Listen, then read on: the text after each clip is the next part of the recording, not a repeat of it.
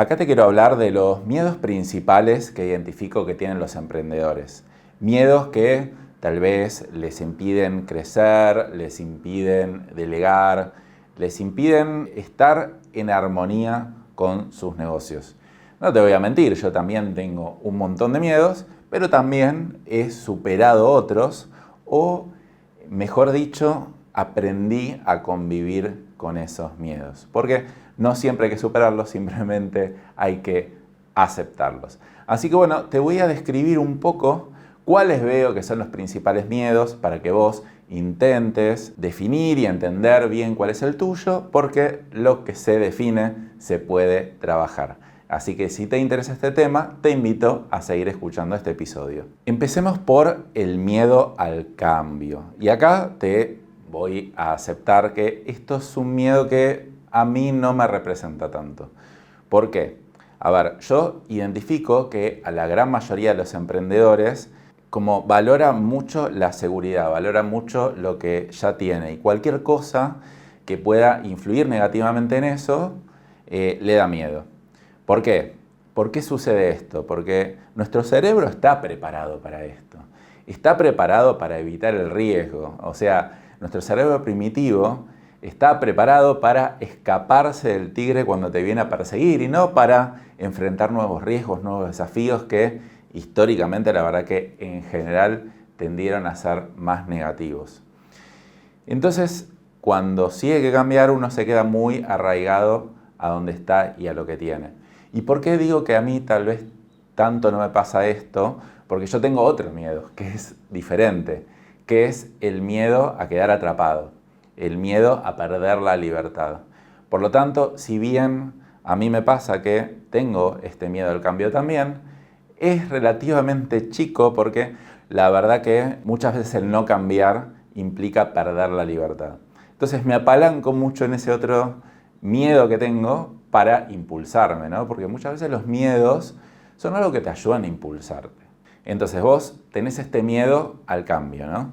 Entonces es razonable, puede ser que tenga sentido no cambiar en ciertos momentos porque implica cierto riesgo. Pero también está lo que se llama el costo de oportunidad, que eso es algo que conviene racionalizar un poco porque por instinto no sale tanto. ¿Qué quiere decir?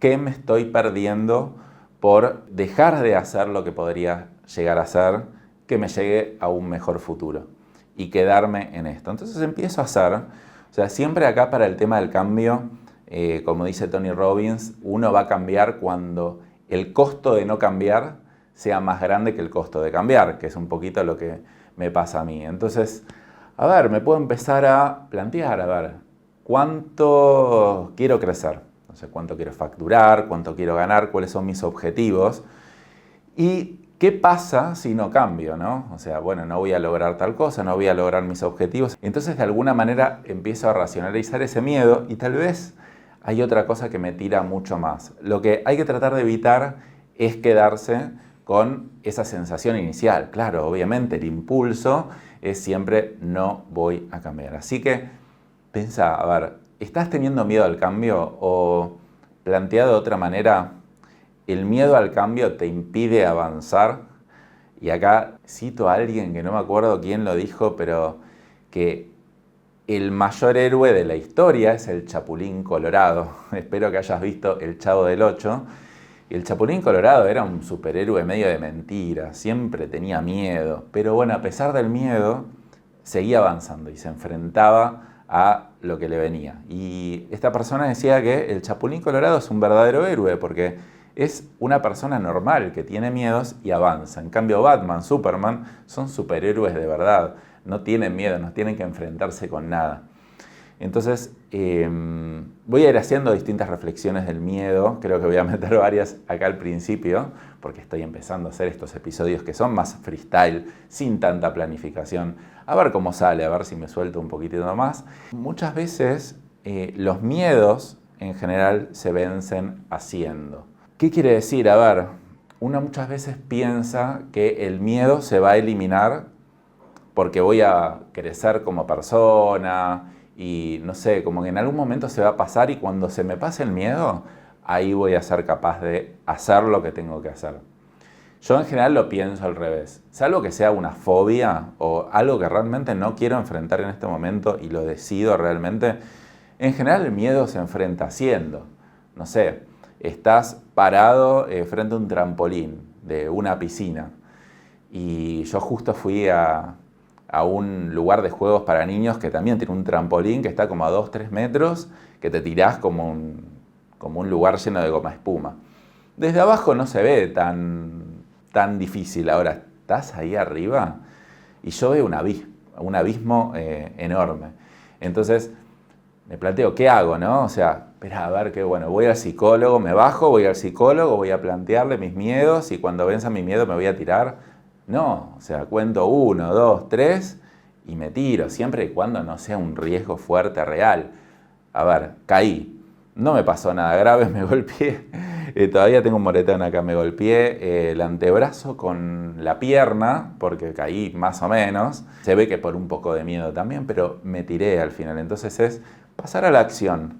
La acción vence al miedo. Probablemente una vez que te arriesgues a enfrentar ese miedo, probablemente la próxima vez tengas menos miedo. Tal vez antes tenías un 9 puntos de miedo, 9 de 10, y ahora tenés un 7.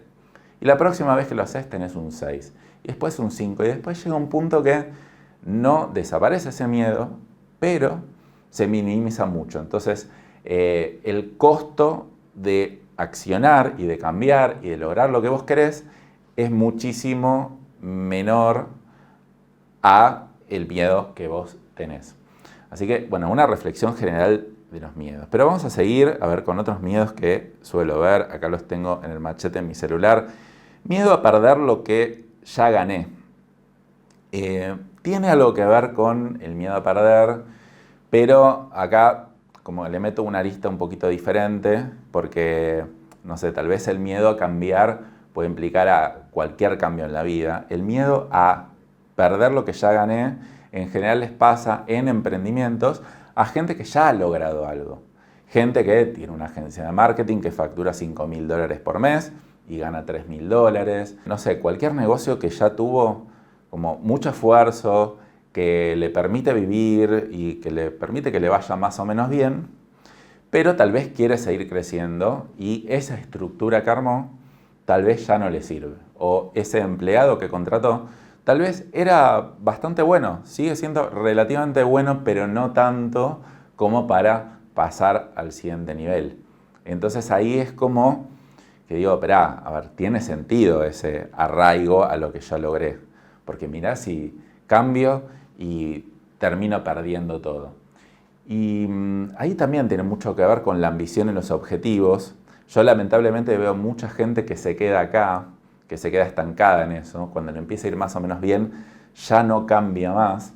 Y es verdad que de corto plazo es menos riesgoso no cambiar, pero de largo plazo también es menos riesgoso. Porque, ¿qué pasa si en un mundo donde ya la inteligencia artificial empieza a reemplazar gran parte de las tareas operativas y no tan operativas que uno tiene? ¿Qué pasa si no cambio? Entonces, al final, el riesgo de no cambiar es mayor al riesgo de cambiar. Entonces, no nos engañemos que dejando todo igual va a seguir todo igual. Yo avalo mucho esa frase que dice lo que no crece, decrece. Porque es así, en la práctica pasa así. O sea, uno dice, bueno, ya gano $5.000 por mes. Yo con esto estoy bien. Y lo más probable es que si mantenés esa postura, en 2-3 años vas a ganar $3.500 por mes. Y después cada vez menos. ¿Y cuándo vas a reaccionar? ¿Cuando te está yendo mal o cuando te está yendo bien? Y por otro lado, también es sacrificar lo bueno por lo extraordinario. Yo tampoco soy amante del riesgo absoluto. Por ejemplo, cuando teníamos solamente mi agencia de marketing, GoDigital, que iba bastante bien, empezamos a desarrollar Clienti, nuestro software, que era algo que tenía la posibilidad de ser 10 veces superior a GoDigital. Ahora, ¿qué pasa? ¿Yo solté GoDigital? No, o sea, solté una parte. O sea, nos arreglamos con mi socio, obviamente le dedicamos menos tiempo, asumimos cierto riesgo, pero dentro de todo lo mantuvimos y desarrollamos lo otro en paralelo. Terminamos no soltando GoDigital, porque sigue siendo un buen modelo, pero también podría haber sido que lo soltemos, porque tal vez en cierto punto nos está limitando. Todo el tiempo hay que ir planteándose estas cosas a ver si conviene o no conviene dejar lo bueno por asumir lo extraordinario. De hecho, tengo un episodio de podcast que hablo de esto, porque, bueno, conozco mucha gente que se queda estancado y realmente tiene sentido, o sea, no queremos perder lo que ya logramos. Pero en algún momento tenemos que arriesgar, porque si no nos matamos a nosotros mismos o nos matamos a nuestro negocio, es probable que venga alguien de afuera y sí lo haga. Otro miedo que veo mucho en los emprendedores es el miedo a exponerse en cámara. Es lo que estoy haciendo yo ahora. Tal vez vos estás escuchando este podcast, pero yo tengo una cámara acá enfrente que me está filmando con la luz roja. Y esto no es en vivo. Viste que hay gente que tiene miedo a estar en vivo, o hay gente que no tiene problema hablar en vivo, pero sí atrás de una cámara, porque, o sea, es difícil no estar viendo quién está del otro lado. Nos da vergüenza, a veces incluso nos da vergüenza hablar con una persona, con 2, con 3, con 4. Y, a ver, yo creo que ya 2025 para adelante, no exponerse ya es como que es un no negociable. No sé, es como ser casi, perdón, pero analfabeto digital de alguna manera. Es como, hubo un momento que, no sé, creo que mi abuela o mi bisabuela no sabía escribir, ¿no? Y era bastante común en ese momento, había gente que sabía y gente que no. Ahora, por lo menos, bueno, prácticamente todas las personas que están en una situación de no extrema pobreza, en general saben leer y escribir. Entonces ya nadie se pregunta si eso es necesario o no es necesario. Para el que tiene un negocio, el no aprender a exponerse en cámara, para redes o simplemente para dar una presentación en equipo, o para dar una charla para clientes, es lo mismo, ¿no? Es como que ya está, o sea, es una cosa que me parece que hay que enfrentar y hay que superar. Y yo te quiero contar, a ver, todas estas cosas, muchas de esas yo las pasé y las tuve que enfrentar y las tuve que vencer. Yo ya conté varias veces esto, pero yo de chico era súper tímido. O sea, hablaba muy bajito, no me animaba, ni siquiera expresar mis ideas ante una persona y ni hablar en cámara. O sea, me acuerdo una charla que tuve que dar, la primera, estaba pero tan nervioso.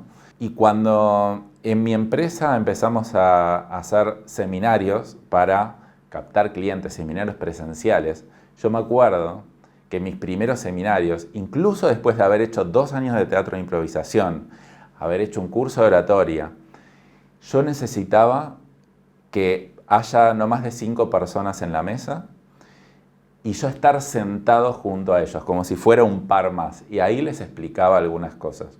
Después de a poco dije, bueno, me animo a que sean 8 personas y yo sentado. Después eran 10. Después eran 10 y yo parado. Después eran 20 y yo parado. Y ahora, después de mucha práctica, sinceramente no, o sea, tengo miedo cero. O sea, por lo menos hasta un público de 500 personas, miedo literal cero. O sea, no solo eso, sino que muchas veces cuando uno vence ese miedo, encuentra un disfrute detrás de eso. No siempre, pero en mi caso sí pasó así. Entonces yo ahora hablo a cámara y tengo, o sea, miedo cero literal. O sea, a ver, en algún momento me gustaría dar una charla para 10.000 personas, pero yo me imagino que ahí sí voy a tener un poco de miedo. Pero no pasa nada, es normal. O sea, no por ese miedo voy a dejar de hablar adelante de 10.000 personas. ¿Qué es lo peor que pueda pasar? No sé, o sea, yo qué sé, me parece que vale la pena arriesgarse. Vale la pena también ir haciéndolo de a poco. O sea, hacelo en el formato que más te sirva. Yo, por ejemplo, empecé con podcast, después me metí en redes. Hacelo hablando del tema que más te guste. Hacelo grabándote y no subiéndolo. O hacelo subiéndolo solo para tus mejores amigos. Pero empezá a hacerlo porque es como... A ver, no es solo hacer contenido, porque tal vez uno lo ve de manera como muy superficial. Es el tema de aprender a comunicar. Y aprender a comunicar implica practicar. Entonces, yo acá estoy comunicando. ¿Soy bueno comunicando? Y mirá, para mí soy razonablemente bueno. Y vos que me estás escuchando el podcast, seguramente si estás escuchando es porque te gusta cómo comunico. pero yo creo que tengo un montón para mejorar todavía. Lo que pasa es que creo que me volví más o menos bueno porque ya llevo más de 300 episodios de podcast, ¿viste? Entonces es como la práctica hace al maestro al final. Y la comunicación no solo te sirve para captar clientes, para anicharte mejor, para saber contar mejores historias, para hacer reír a otro. Sirve también para todo en la vida, o sea, para las amistades, para la pareja, sirve para motivar a los empleados. Y no solo es exponerte por exponerte, es aprender a ser un mejor comunicador. Otro miedo que veo es el miedo al estrés. Claro, muchas veces no cambio, no hago cosas porque la verdad que ya pasé bastante estrés en mi vida y otra cosa más de estrés es demasiado, como por ejemplo cuando tengo que ampliar la estructura de mi negocio y tengo que elegir contratar a más gente.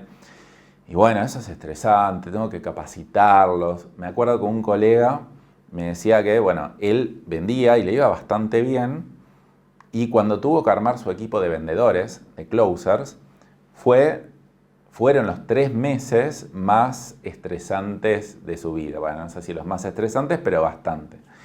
¿Qué pasa? Tuvo que contratar a 3 personas, tuvo que transpirar porque la tasa de cierre había bajado un poco, tuvo que, no sé, creo que sacar a uno, hasta que después obviamente pasó ese nivel de estrés y se afianzó y después fue muchísimo mejor porque él logró crecer más o menos por 7 la facturación que tenía en ese momento, gracias a no estar todo el tiempo dedicado a las ventas. Entonces, a ver, ¿el estrés es malo? Y para mí no en ciertas cosas y sí en otras. O sea, por ejemplo, un estrés que va a tender a ser permanente puede llegar a ser malo. Es decir, si vos te estás metiendo en un proyecto o en algo que vos creas que a pesar de ya haber superado y estandarizado todo, vas a seguir estresándote por eso y fuerte, probablemente eso no sea algo que tengas que hacer, porque eso es algo que no te genera disfrute. Ahora, yo creo que hay momentos en que uno tiene que aceptar más estrés. Cuando uno tiene un hijo, o sea, no puede negar, o sea, por lo menos a mí me pasa, como me estresaron un montón de cosas, desde cambiar los pañales, desde que la primera vez que la bañamos se hizo caca ahí, como que quedó toda llena de caca, no sé, no sé si son los mejores ejemplos del mundo, pero hay cosas que estresan pero que valen la pena, que son un periodo de estrés, que también viene acompañado de un bienestar, pero el estrés es muy elevado, y una vez que lo pasás, ya ese estrés baja un montón y pasaste al siguiente nivel. Entonces yo creo que está bueno tener en cuenta de evaluar, che, creo que va a ser un estrés temporal o creo que va a ser un estrés permanente. Creo que es algo que me está diciendo que, che, no me meta por ese lado porque mi camino es otro, o es algo que también un miedo, ¿no? Como un miedo, una creencia limitante donde tal vez lo confronto y tampoco era para tanto el estrés que sufrí. Y por otro lado, yo creo que hay que entrenarlo un poco el estrés, ¿no? O sea, cuanto más uno haga cosas estresantes, más inmune se vuelve a eso. Hay mucha gente que incluso se pega una ducha de agua fría todas las mañanas, porque es estresante, la verdad. Yo lo hago a veces, o sea, no tan metódicamente como lo hacen otros, y tampoco pongo el agua más fría de todas en invierno, pero las veces que me animo a hacerlo, y lo que escucho de la gente que lo hace, es que después todo el día es bastante sencillo, porque si vos pasaste ese nivel de estrés en 2 minutos o 3 minutos de baño, y después querés hacer otras cosas, o sea, ¿qué más difícil que eso? O, no sé, correr una maratón, o sea, cualquier cosa que realmente sea estresante pero positiva. Y después te entrena porque todo el resto de las cosas parecen mucho menores. Lo mismo, contratar a tu primer empleado probablemente es muy estresante. Probablemente el segundo sea un poquito menos. Pero ya llega un punto que tal vez al número 10, al número 20, más o menos ya es manejable y los pros superan a las contras. Respecto a esto de empleados, yo conocí una persona que decía, mira, tener uno es lo mismo que tener 20. Porque vas a tener más o menos los mismos problemas, no se incrementa tanto la escala. Lo que vos tenés que decidir es si querés tener 0 o querés tener 1 o más. Porque se entiende perfectamente si uno quiere ser freelance, obviamente con sus pros y sus contras, pero desde el momento que vos ya tenés 1, tener 2 o 3 o 4 es más o menos lo mismo. Así que ponete a pensar un poco, ¿es el miedo, el estrés algo que te está frenando en tu vida y en tu negocio? Bueno, vamos con el próximo. El miedo a quedar atrapado en algo que no te gusta. Y bueno, eso sí es un miedo que yo tengo. Muchas veces pienso, o sea, a mí me gusta mucho crear cosas nuevas. Pero después digo, uy, me encanta la parte de la creación, pero no me gusta la parte de la ejecución o de los problemas que surgen después, ¿no? O sea, entonces yo, muy entusiasmado, durante bastante tiempo, iba y creaba y tipo, tengo tal idea y lo voy a hacer. Y muchas veces subestimaba la gestión que eso iba a implicar después. Y después me quedaba atrapado y cuando quería organizar o deshacerlo tardaba mucho más tiempo del que tenía pensado. Entonces desarrollé como un poquito ese miedo a quedar atrapado. Te voy a decir cómo lo manejé yo y bueno, creo que desde la experiencia te puede servir algunos consejos. Primero es, mira, bueno, muchas veces uno va a quedar atrapado en ciertas situaciones, hay que aceptarlo, hay veces que va a pasar y también uno puede salirse de eso, ¿no? Porque, por ejemplo, yo hace unos meses decidí cerrar mi programa Escala con Propósito, que era un programa que también dije, bueno, lo voy a hacer medio de hobby al principio y después lo quise escalar un poco y después empezó a volver mucho más complicada la gestión y la adquisición de clientes de lo que yo pensaba. Me empecé a estresar un montón y me sentí atrapado en una parte. Y llegó un momento que dije, bueno, me voy a salir, o sea, si yo tengo la decisión, puedo hacerlo, ¿por qué no?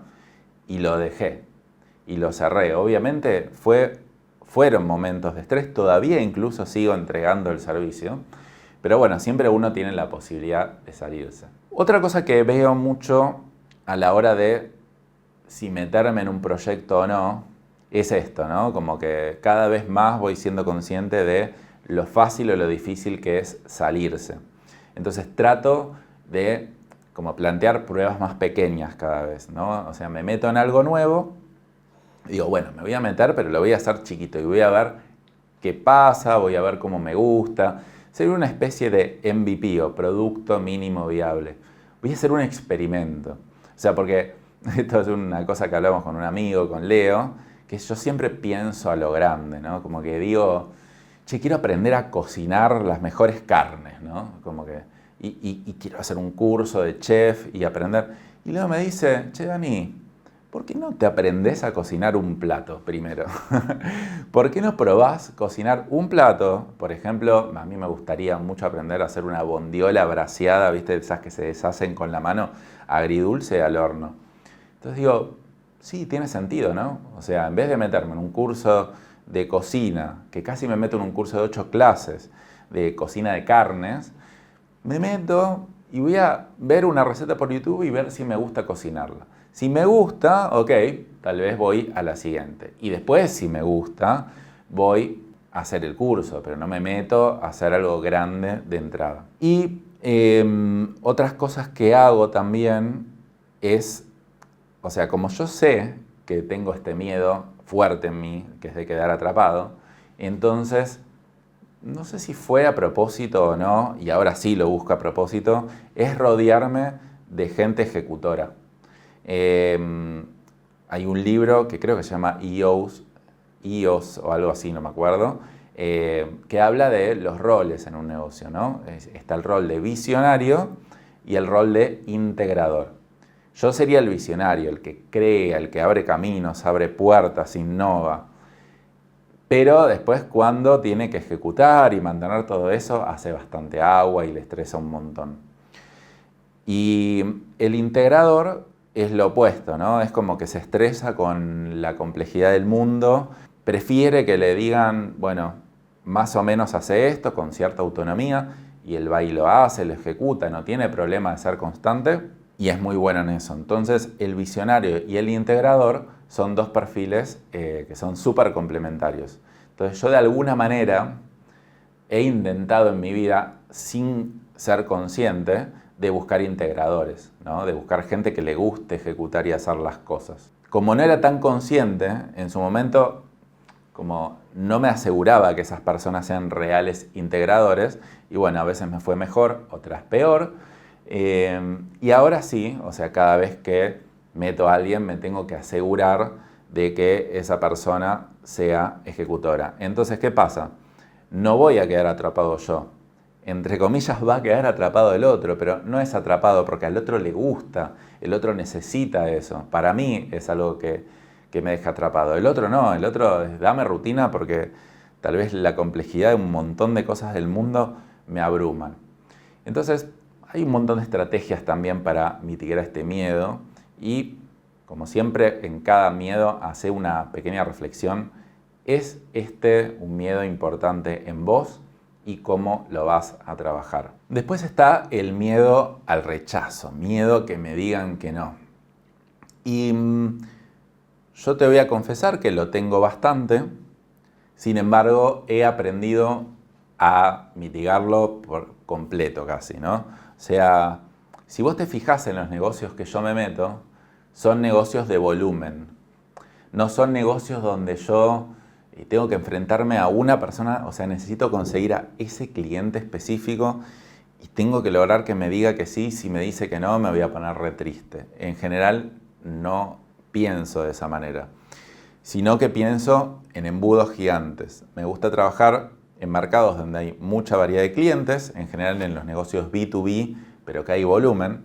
O sea, trabajamos con pymes. Por ejemplo, en Argentina hay más de 800.000 pymes. Entonces, yo ya sé que el 80% de las reuniones de venta no se van a cerrar. Sé que el 20% es la tasa de cierre.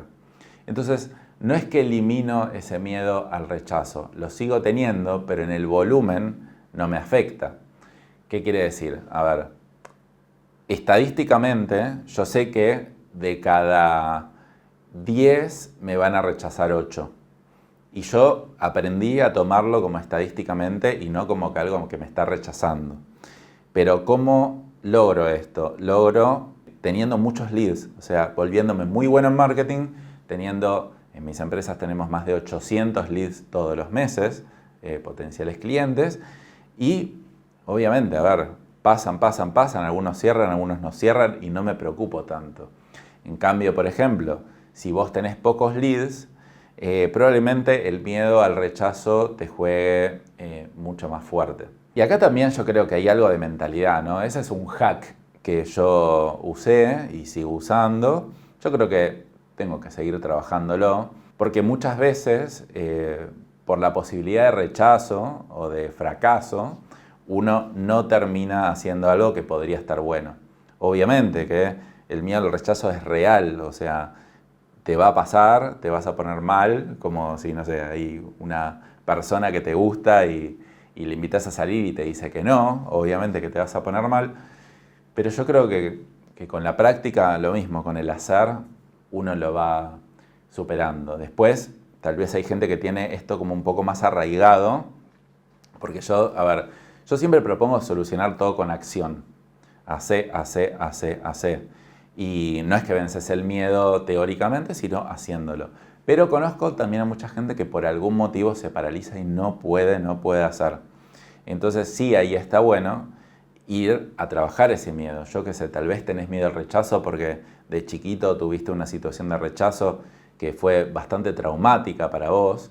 Entonces, nada, es como que no lo podés tolerar. O sea, es como, no sé, te quedás deprimido por 2 meses si alguien te rechaza.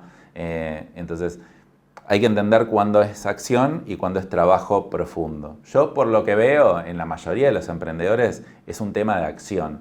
Porque el emprendedor ya dio muchos pasos. No es una persona que es muy miedosa en general. Tal vez hay alguien que es muy miedosa, que tiene un trabajo fijo en relación de dependencia, que no le gusta, que lo odia, o está con una pareja que no le gusta también, pero es incapaz de cambiar por un miedo profundo. En general esa persona no es emprendedora. El emprendedor ya venció un montón de miedos. Y si vos mirás para atrás, vas a ver que te rechazaron un montón de veces y vas a ver que seguiste adelante y vas a ver que no pasó nada. Entonces enfrentar el miedo al rechazo también se logra haciendo. Bueno, y por último, el miedo al conflicto. Yo había pensado este episodio para 12 miedos, al final lo hice de menos, pero porque profundicé mucho más en algunos conceptos, en algunas cosas.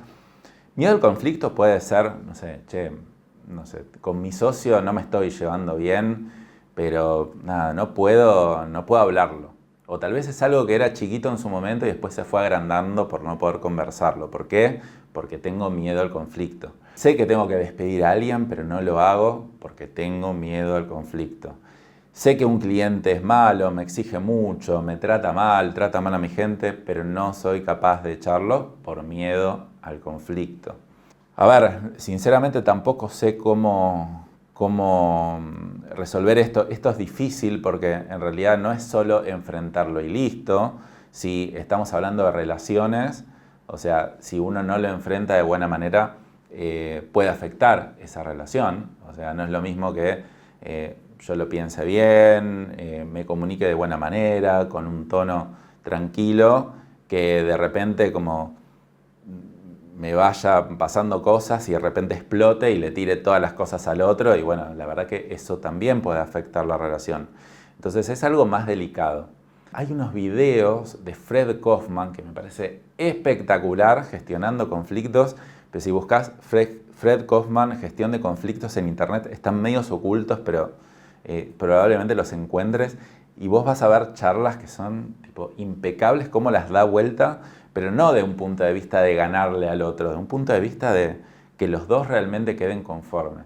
La verdad que yo no sé hacer eso, o sea, yo creo que tiendo a enfrentar las cosas tal vez un poco de manera tardía, pero no tanto. No creo ser el mejor comunicador en esto, pero ante la duda prefiero enfrentarlo que no enfrentarlo y prefiero atenerme a las consecuencias a quedarme en una vida constante llena de conflictos.